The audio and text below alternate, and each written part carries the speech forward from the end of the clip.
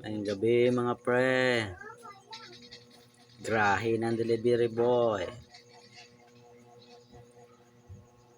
Sa mga nagbiyahe pa diha, amping mo. Kay kaulano na pudra ba? Nindot ng tang booking, kusog ng tang booking. So, saon taman, napangbuntag man ta. Pero abtan gyapon ta gabi tungod sa kahinay sa booking ganina.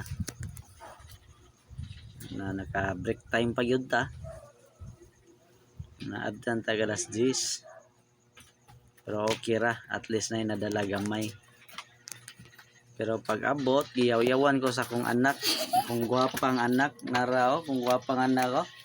Alay dire. Giyaw-yawan ko ani kay unsa gipangita? Wala apa.